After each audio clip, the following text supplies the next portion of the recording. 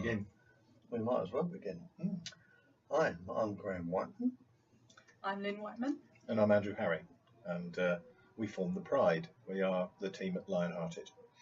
So when we're looking at, if we just summarise where we're at, we seem to be saying that as a useful assumption and a model going forward is to deconflate some of the terms that are currently being used in the broad narrative of exploring consciousness within the sort of scientific approach. So if we separate awareness and consciousness and mind and heart and thinking and feeling, we know where there's effort and where there's ease, where there's identity and where there's actually the ability to compare and contrast. Plus also there's a greater connection when you're feeling rather than this isolation in our little bubble of awareness. But we don't need to judge them. Both have their role. But it seems that consciousness seems to precede awareness. So we're only exploring something more than mindfulness and awareness. We're just exploring another avenue of our subjective experience, which is feeling in the heart, which is where we seem to have come from when we were younger. And we leave it to explore and expand our bubble of awareness. That childlike simplicity that we experience to start with, how about taking simplicity all the way forward? Indeed. But without judging the whole thing. It's like we're trying to use the mind to do something the mind isn't designed to do. Let it loose to do its job and relax elsewhere. So to answer this, there's a question, isn't there, of what feeling is. And I would say there's this level of pre-feeling, and there's also the reactionary feeling, which is the stress or anxiety response, because that's a feeling, but that's a body reaction rather than an approaching. I think that's feeling. Probably, if you like, a response to a thought. Yes. And therefore it's a neurological response, which is in effect body mind, which could be in effect just mind. Yes, but that's what we need to do, is clarify the difference of what we're saying about feeling. It's we're talking about a centralized field within the heart area. Something that comes from this level rather than a reactionary feeling as a response to mind. Yeah. Okay. Well defined. So do you think we're in a point where I think science in general has accepted that between science and neuroscience and the sort of classical mysticism approach, there's a plausible connection to the two, and they're anticipating identifying what that connection is. Is it simply the deconflation of the terms enables that connection to be seen? It's revealed because it's always been there. It's just been confused. There, but science likes to measure something, which is a perfectly logical way to do it. But if it's been mystified, how can they measure it? So, but what we're suggesting by is deconflating, they can still measure the responses and the impact of that. Yeah, if that's what is required to do to see what's happening with the body. They know about the stress and anxiety responses in the body. They're pretty external and obvious, but they're also internal, because obviously the disruption to the internal systems are just as dynamic and just as problematical. But so coming back the other way, it's relaxation. Relaxation is a level beyond mind into a place of heart space. So it's like a return to a lighter state. It would appear that way, wouldn't it? Yeah. So in effect, by deconflating awareness and consciousness and all of the other associated terms, we're saying that is in effect a redefinition of what it is to be relaxed. It fits within feeling. Yeah, the feeling to be relaxed. Okay, so if we were to take some recent comments from sort of leading lights in the scientific world, and just test this assertion we're making out and see if it fits. And I quite like to take a few sort of quotes from Sam Harris, because he's very rational, very reasonable, and he's pushing the edge of the envelope as far as mindfulness is concerned. And he's always alluding to the fact that there must be something deeper, some deeper state of well-being, and if it was effective, it would be available to everybody. So let's run through a few of his quotes and just see, are we satisfying this? Are we providing, if you like, this plausible connection between the anecdotal evidence of the more contemplative systems or meditative systems and mindfulness and its modern day approach? So let's just take them from the top. Is there a different form of well-being than seeking pleasure and avoiding pain? Yes. This is seeking pleasure and avoiding pain. It's because it's hard, and it's really is hard work. That there describes the deeper. The deeper is like the same thing but reversed. So one is awareness and one is through consciousness. Yeah. Simplicity in itself. And one is centered and one is peripheral. Yes. Okay. Next one. Seeking happiness but only finding temporary relief from that search. I think you just said it. It's the same thing. It's that effort. Yeah. All right.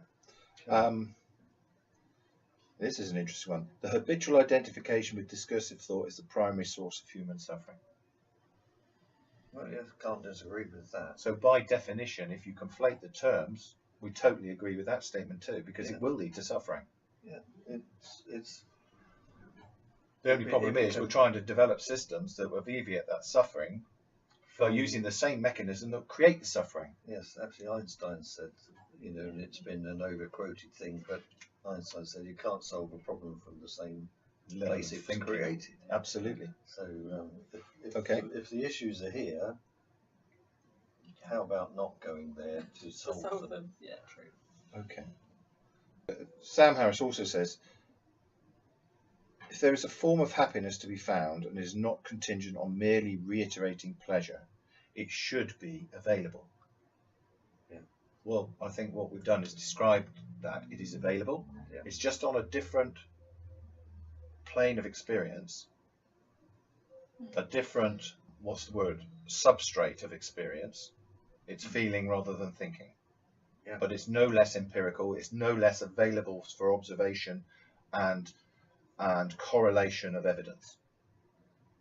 No, it's who we are. You can't separate the two in that scenario. Yeah, but there's been a whole aspect of ourselves being missed by the rational approach because it's only thinking that thinking is all there is. Yeah.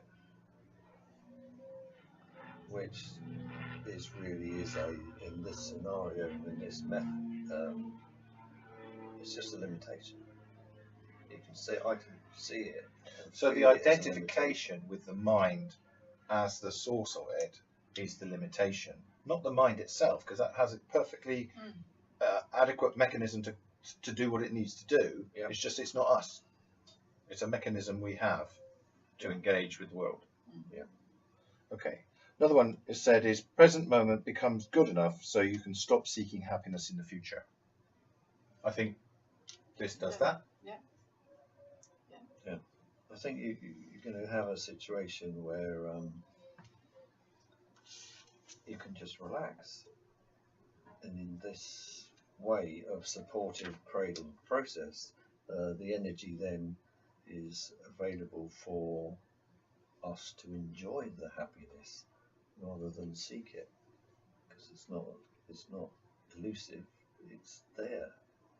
It's just a different way of looking at it, but it's So another thing that Sam Harris says is that if we are to judge the claims of contemplatives, we can use thought itself to explore other depths, that the extraordinary depths of psychological well-being. But surely if you take the pressure off the psychology, off the mind, that will improve the well-being anyway. It will be, yes, because clarity is what the mind even by its decision-making process, it wants clarity. So if you give it clarity by taking the energetic overload away, it will do what it needs to do. Okay, so what you're saying in summary is if we anchor our sense of self in consciousness as a center, which in our experience seems to be achievable, Yeah. It certainly feels achievable to me, then it leaves the mind to operate in a greater sense of freedom because it's less constrained in trying to work out and reflect on its own nature rather than just engaging with comparing and contrasting and using its own mechanisms to engage with the world. Yes. And relaxation is not about mind at all.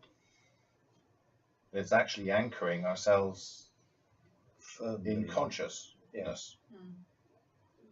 in the feeling state of consciousness.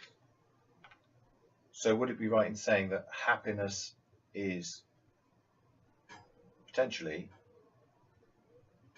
the enjoyment experienced from a conscious life? I think there's quite a few people who would like that. But, yeah. Okay. And in saying that, are we therefore describing what it's like to be relaxed? By definition. And it's available to be relaxed without seeking happiness in the future. Yeah. So are we meeting the sort of rational requirement of the neuroscientists and the scientific community in providing them with a framework to continue to observe and to park their intellect at the door of this boundary, if you like, between awareness and consciousness? And they, as we've said already, they do operate together. It's not dissing one in favour of the other. It's just that they actually coexist. And in the model of trying to actually get some understanding of what awareness is and some understanding of what consciousness is, that actually fits that relaxation and feeling is here, and the mind and thought and actions, because the body wants to take action, therefore it's up in the mind to do that.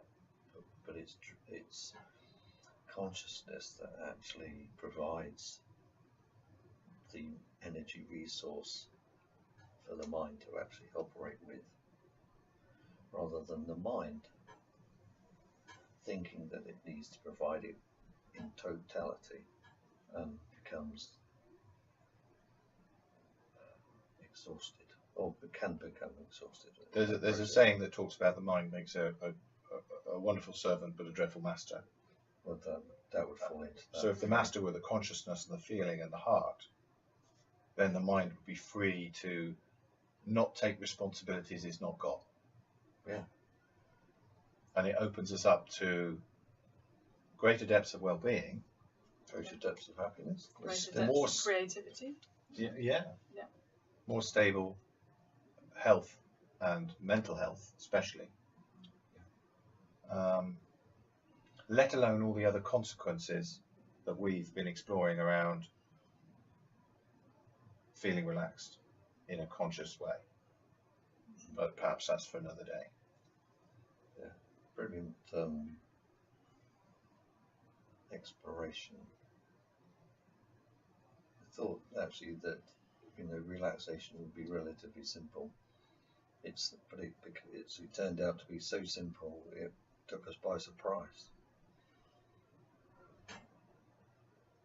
But it's only appeared complicated because terms have been conflated and they've been impenetrable, because all these terms have been using as if they're interchangeable, when actually, thanks to whoever designed the original circumpunct, it was very clear that consciousness and awareness are two different things. In plain sight for a long time. Yeah. Good.